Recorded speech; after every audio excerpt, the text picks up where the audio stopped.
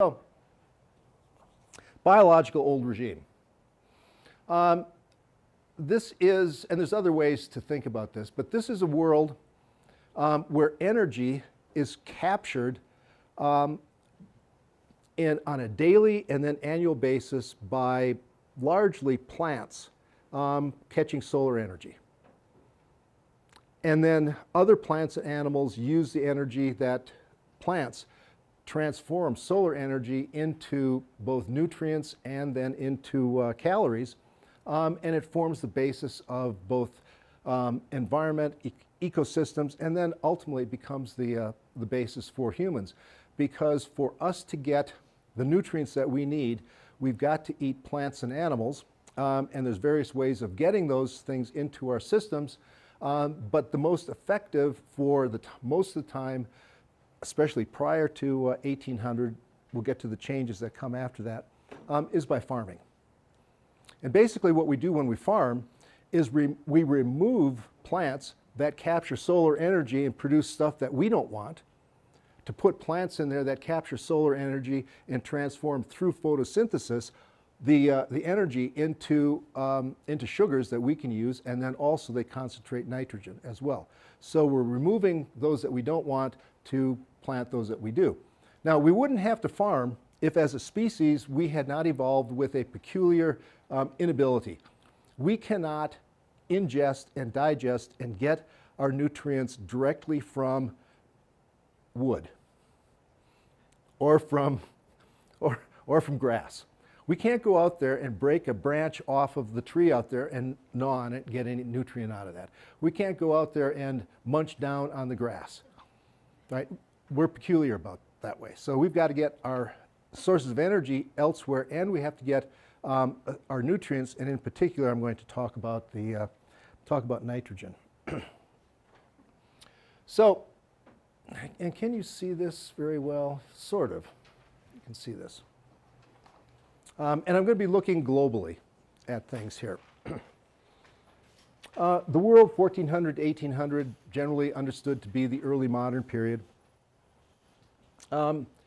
is structured in various ways, and my ideas here are coming from Fernand Braudel, who has been called the finest historian of the 20th century. And again, I'm trying to get this down to some fairly simple ideas here. But this is a projection from the North Pole that sort of flattens everything out and shows where we are. But from 1400 to 1800, 95% of the world's population lives in what we call agrarian empires. There's about 5% of the world's population, and it's on the order of something on the order, I'll give you some figures on this, about 400 million people live in agrarian empires. There are nomadic pastoralists outside of that, and there are hunter-gatherers as well, but 95% live in these 15 spaces. We can add two more, which we now know a heck of a lot more, and that is the Aztec and Incan empires as well are organized pretty similarly, but they're outside of Afro-Eurasia. One other thing about those 15 centers of farming and population, 200 to 600 years ago, those are still the same places where population is centered today. There's been a little bit of change, but not much. So overall, the entire landmass of the world includes about 150 million square kilometers. That includes Antarctica and Greenland, so it's pretty, where stuff can grow is actually less than that. So about 40% in 1400 was forested.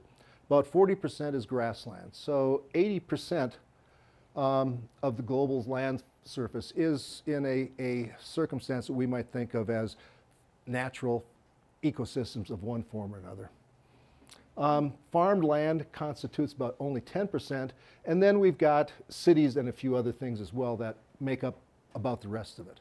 So when we're thinking about the early modern world, we're thinking about peoples and civilizations farming in a world in which most of the rest of the world is in some other state where there are plants and especially animals that are not part of our tamed farmed ecosystem.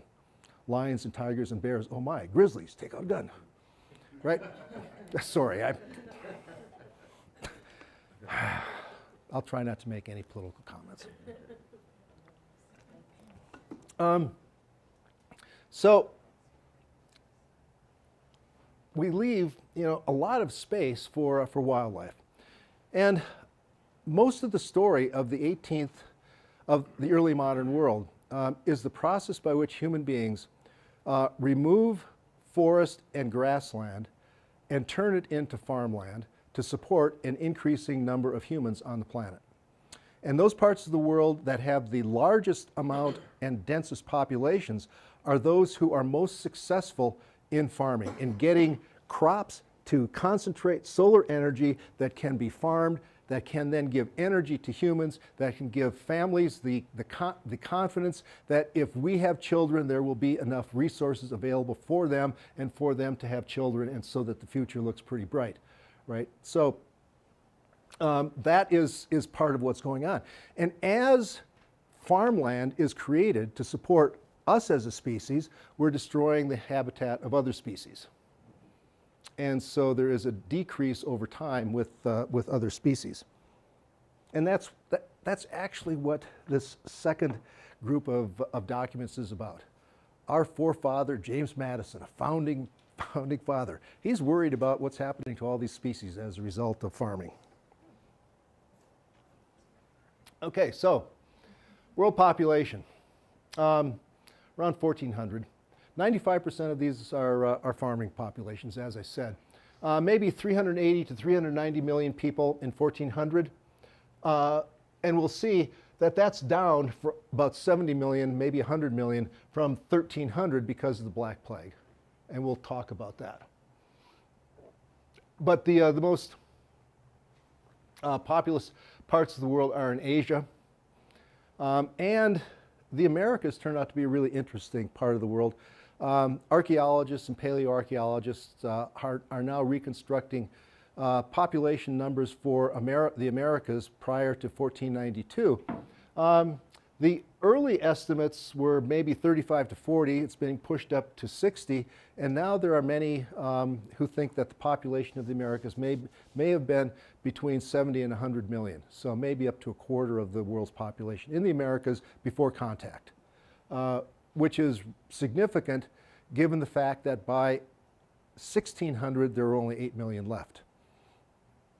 All right, so we've got some interesting things going on here. Okay, so for you art historians, I dragged out Bruegel here for two purposes. One is I have some images here just to sort of show the different kinds of farming in different parts of the world. Right? So we have North European villages and village at different times of the year. Right? We've got winter and there's some hunting. But look at happy kids skating out there on the ponds.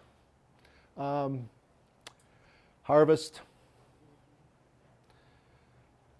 Consumption, maybe partying when it's cold outside.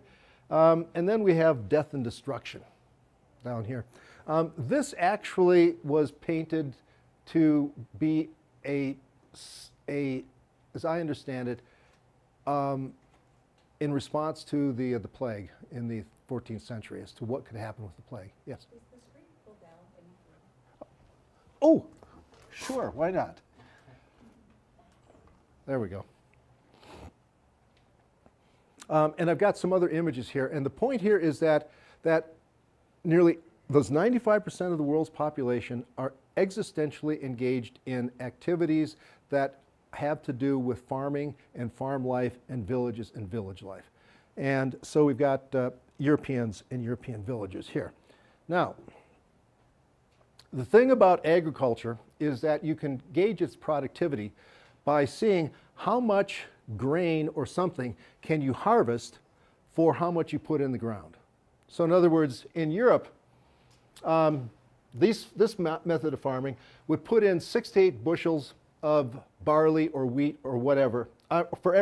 They put in 1 bushel of seed. and get 6 to 8 bushels of crop, whether it's barley or millet or wheat, thereabouts. This turns out to be at the very, very low end of agricultural productivity in the 15th, 16th, 17th centuries.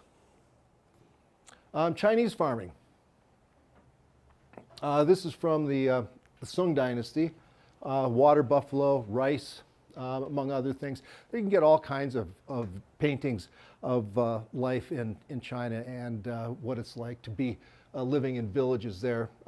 Different crops than there are in Europe, rice, but North China there's wheat as well. And this is a photograph from the early 20th century showing that the technology is basically the same and hasn't changed a whole lot.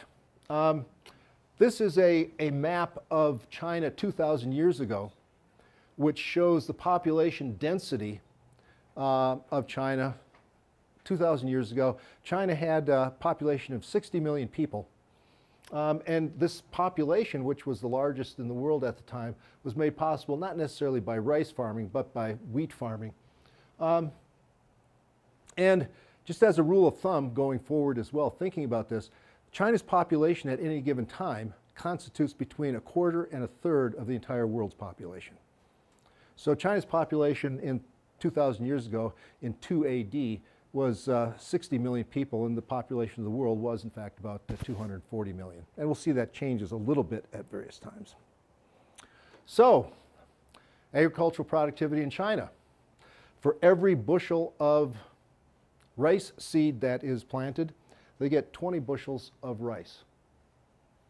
Europeans, same time, same part of the world, for every 1 bushel of wheat or barley, they get 6 to 8.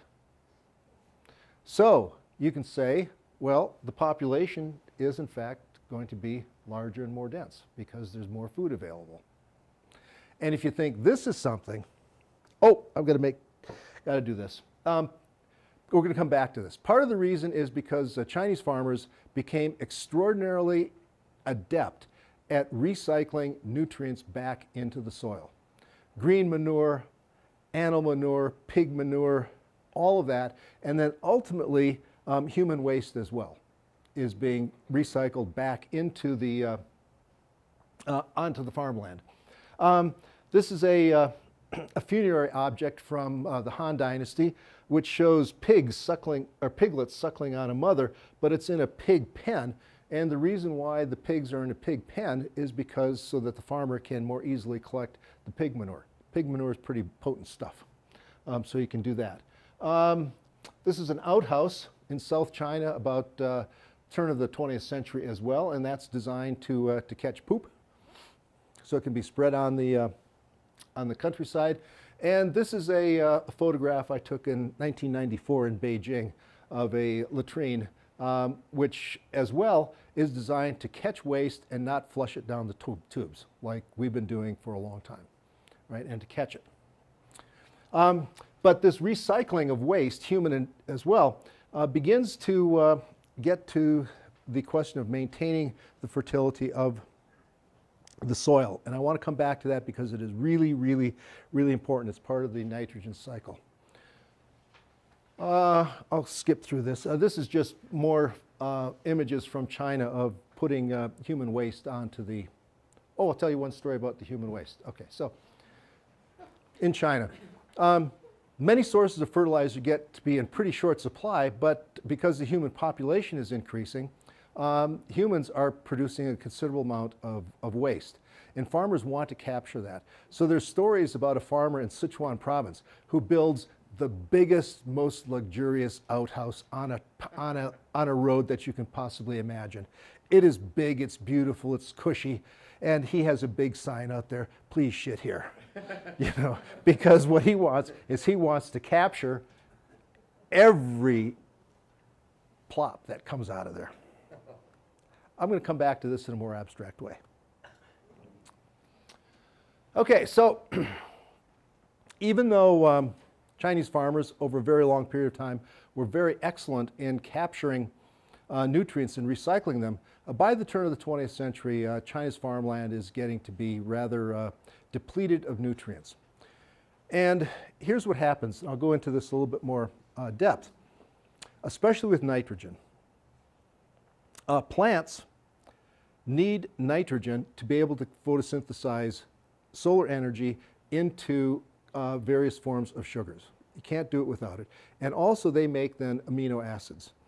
Thing is that the kind of nitrogen that they can use and that we can use is called reactive nitrogen. Nitrogen that is only one atom that's sitting out there looking for a partner.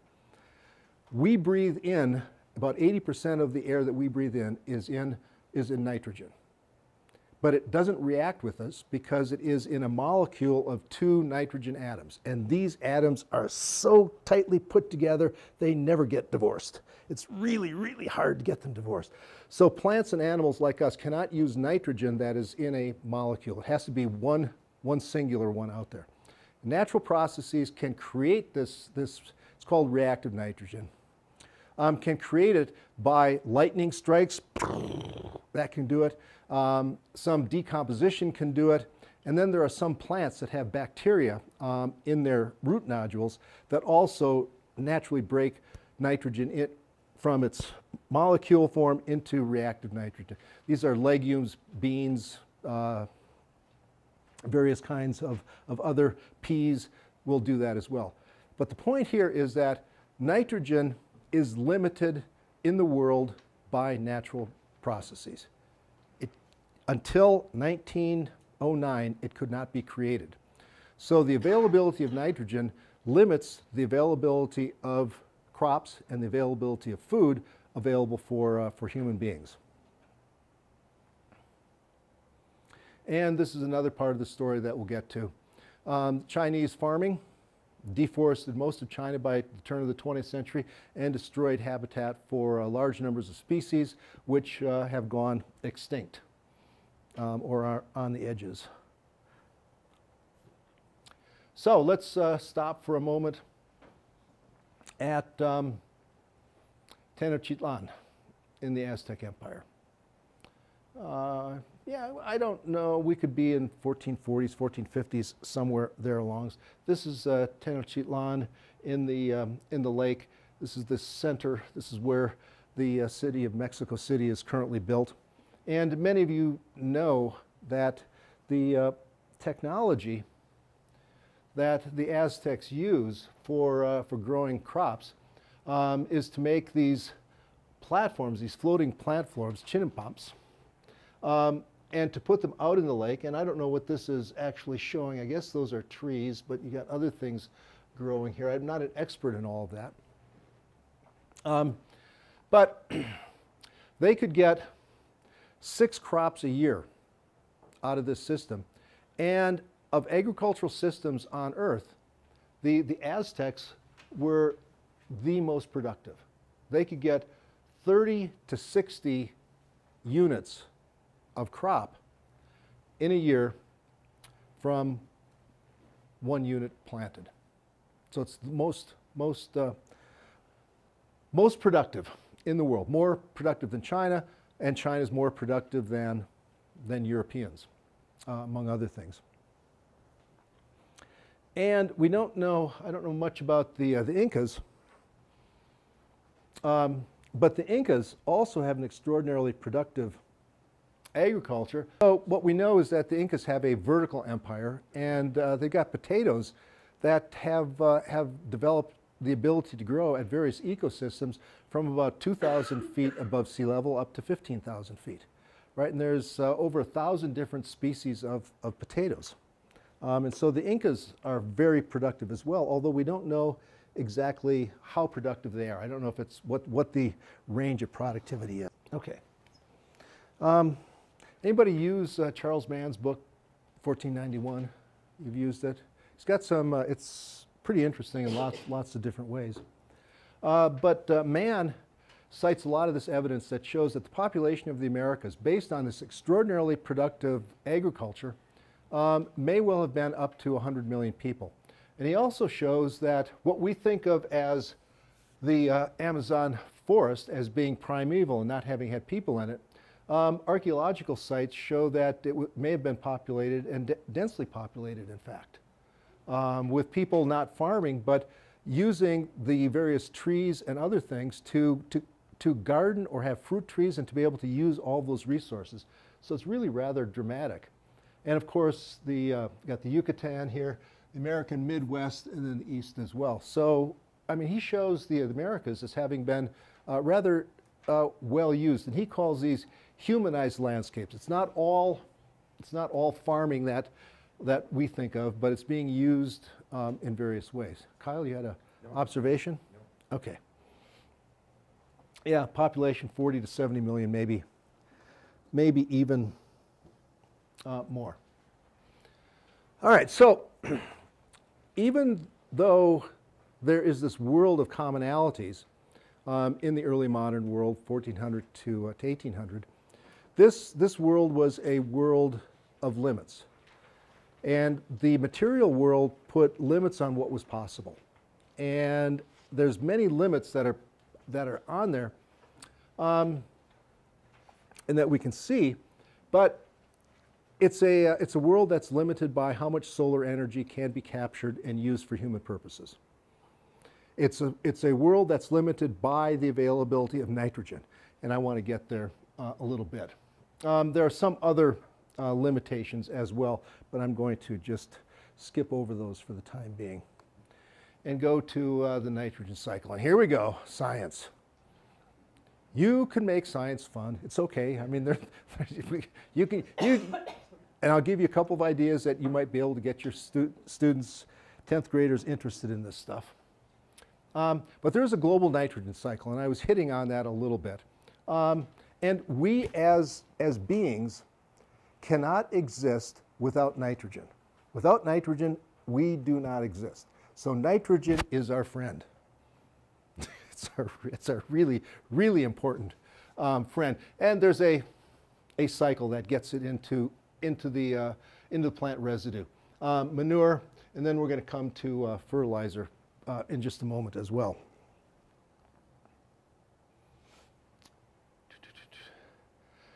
Required for all plant and animal life. And here's just a little bit of the science as to what happens with and where nitrogen is. This is the chemical formula for chlorophyll, and it is central to the making of chlorophyll. Without nitrogen, there's no chlorophyll. Without chlorophyll, plants don't have the ability to transform solar energy into sugars that are then the building block of calories that we need to actually be able to move. And if you got, I think, isn't high school biology taught in sophomore year? Used to be, right? And AP World History is taught sophomore. You might have some of the same students involved, and you might be surprised that your friend biologist might say, "Yeah, I could give you some hand on this." Yeah, I know. Amino acids. So plants, through photosynthesis, make amino acids. You say, well, so what?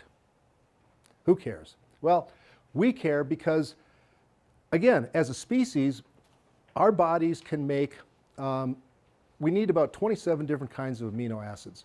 Our bodies can manufacture 14 of those kinds of amino acids. 13 of those amino acids our bodies cannot manufacture, and we must get from other sources. We have to eat fruits, vegetables, and other animals. That's the only way we can get them. All right, here's that amino acid. Essential amino acids. The non-essential amino acids are synthesized by our body. Who the hell would have designed a body like that? You know, we can synthesize the non-essential amino acids, but not the essential amino acids. So what do we do with amino acids? Amino acids are essential for the creation of muscle and organs, but muscle especially. Without amino acids, we do not build muscle. Amino acids are the building blocks of muscles. Muscles are what make us move. Muscles make us capable of moving other things. Without muscles, without movement, there is no history. There is none. It is absolutely essential to history. sources of amino acids. I don't think bagels are a source of amino acids, I'm sorry. They're a source of carbos, but, you know, I mean, I eat a bagel every morning. You know, I do, but I should probably be eating, you know, celery for breakfast. I don't, it's not likely going to happen for me. All right, and where do we get foods? Well, fishing and farming. So, farming, capturing that solar energy, is absolutely essential to us as a species. It underlays everything in that material world from 1400 to 1800. Now, the two most feared words in the historian's language I'm going to give to you. If you want to scare your students, every once in a while, and they think they've got something nailed and they're really proud of it, and they've presented something to you, here's what you say to them. So what? Right?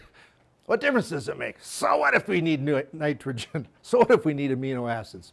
The so what part of it gets us into the 20th century because of the work of a couple of German chemists who figured out how to take nitrogen out of the air and break it up into reactive nitrogen and in effect to be able to synthesize the elements of reactive nitrogen first in ammonia and then from ammonia into urea, and to literally make nitrogen available to farmers that they don't have to recycle from all the other sources that they get.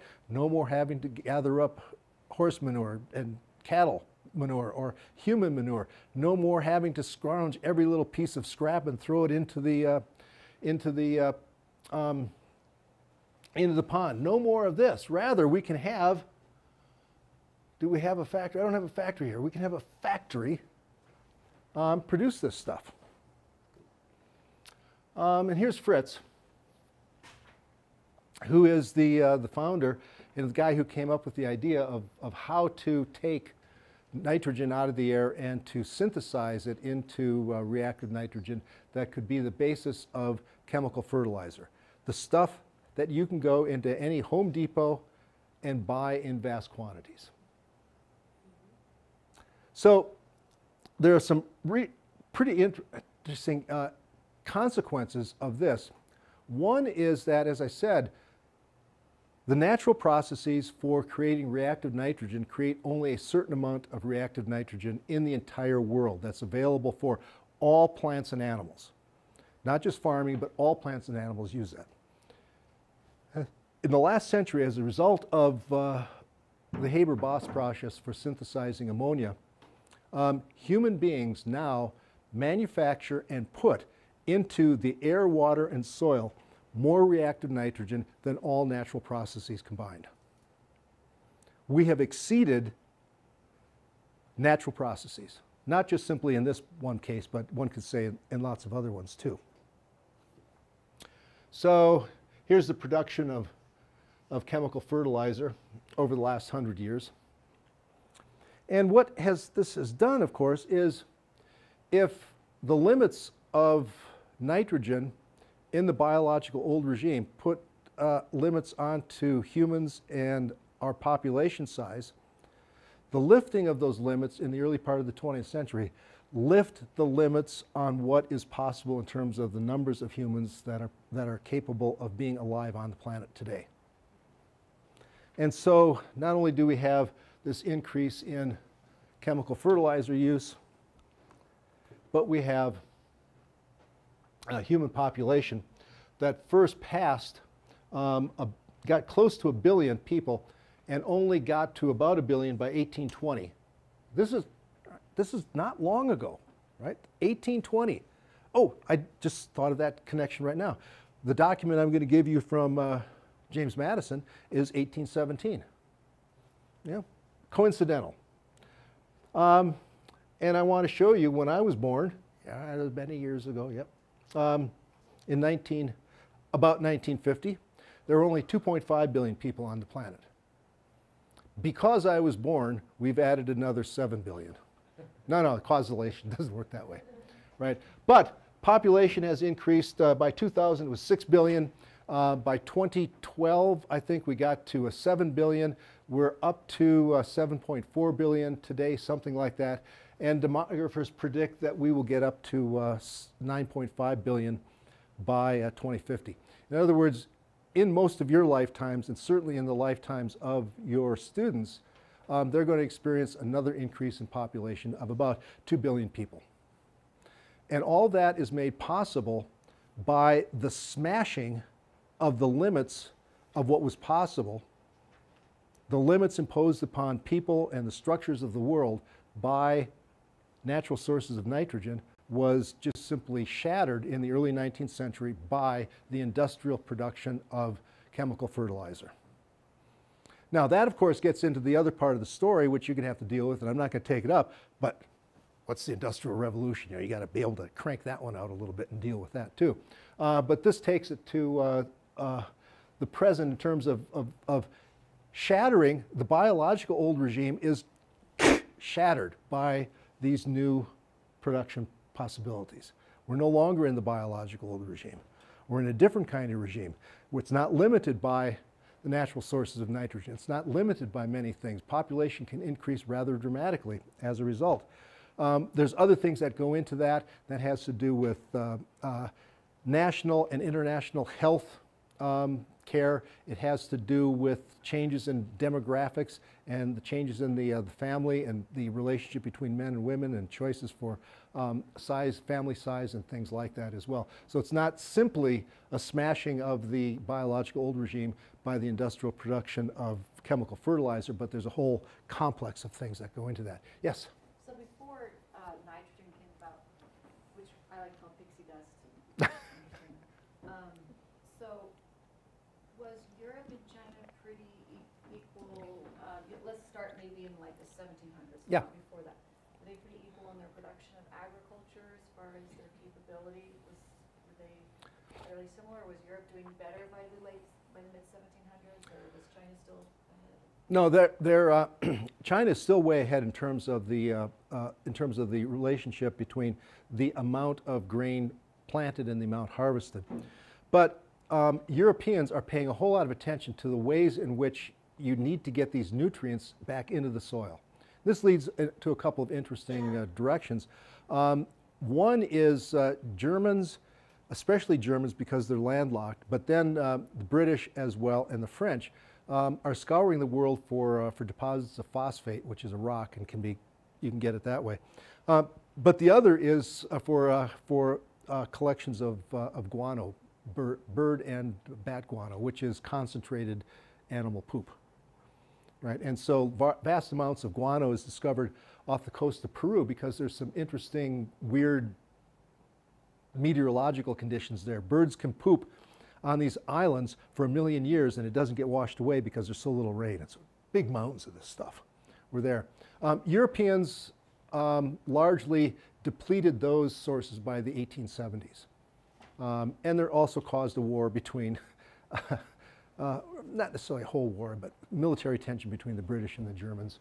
And so the Germans were in a real bind trying to fix this out. And that's why Fritz Haber is a German chemist, and they're putting a lot of resource behind trying to figure out how do we make this stuff instead of rely upon birds pooping for 1 million years.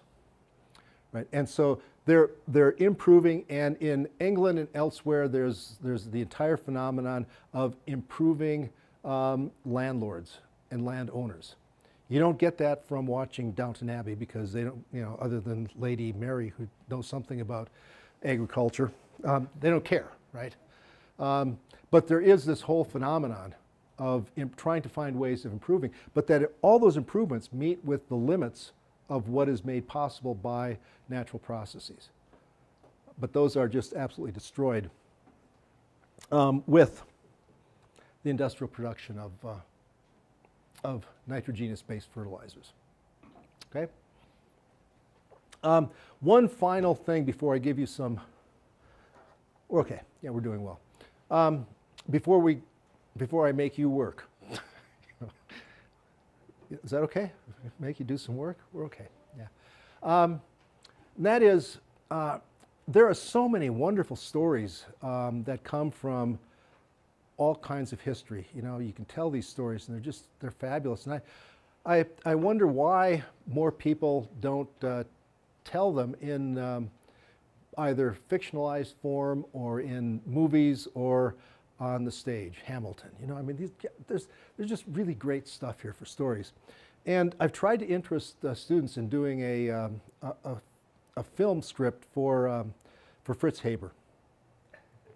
No, I'm not kidding. I'm going to tell you a little bit more about. He alone is he's responsible for like 7 billion people on the planet. But he's got this interesting backstory. He's Jewish. His wife is Jewish, and besides mucking around and trying to figure out ways of getting the nitrogen out of the air, he was involved in the effort in Germany in the First World War to create poison gas that the Germans used in trench warfare. After the war, he converted to Catholicism. His wife remained Jewish. And in the 30s, Haber got tasked by Hitler with developing the means to use the gases that he created in World War II in the camps in Auschwitz and Dachau and elsewhere to carry out the Holocaust. I don't know the story of what happened to his wife or what happened to his other family members, but see, isn't that like, this is like made for it's made for something. You know, we're not going to get, what's his name, Lin-Manuel Miranda. He's not going to make it into a rap thingy. But, you know, I mean, we got these great stories. Okay, some of them, I guess you could make that an uplifting, happy, I mean, a lot of death. Man is responsible for a lot of shit that's going down in this world. Lame is too. Pardon? Lame is too. Lame is too, right. Okay. Okay, so let's take a break.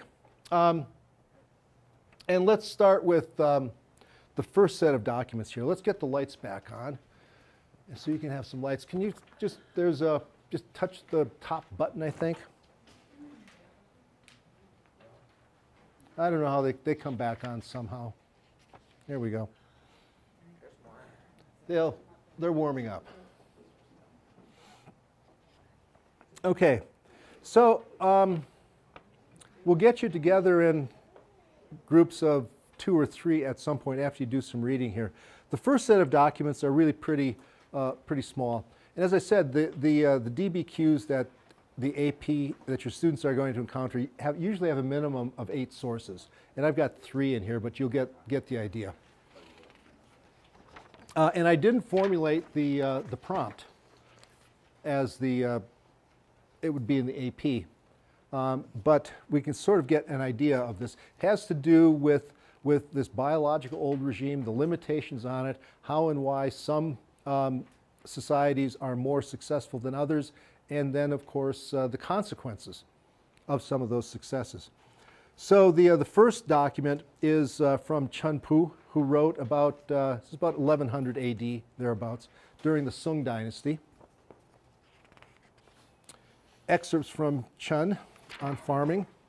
And that's a page, that's 2 pages. Then there's a page from a book that was written around in 1911 by Frank King, who was an American agronomist who visited China. He visited China, Korea, and Japan, and wrote a book entitled Farmers of 40 Centuries, Organic Farming there, so you can take a look at that.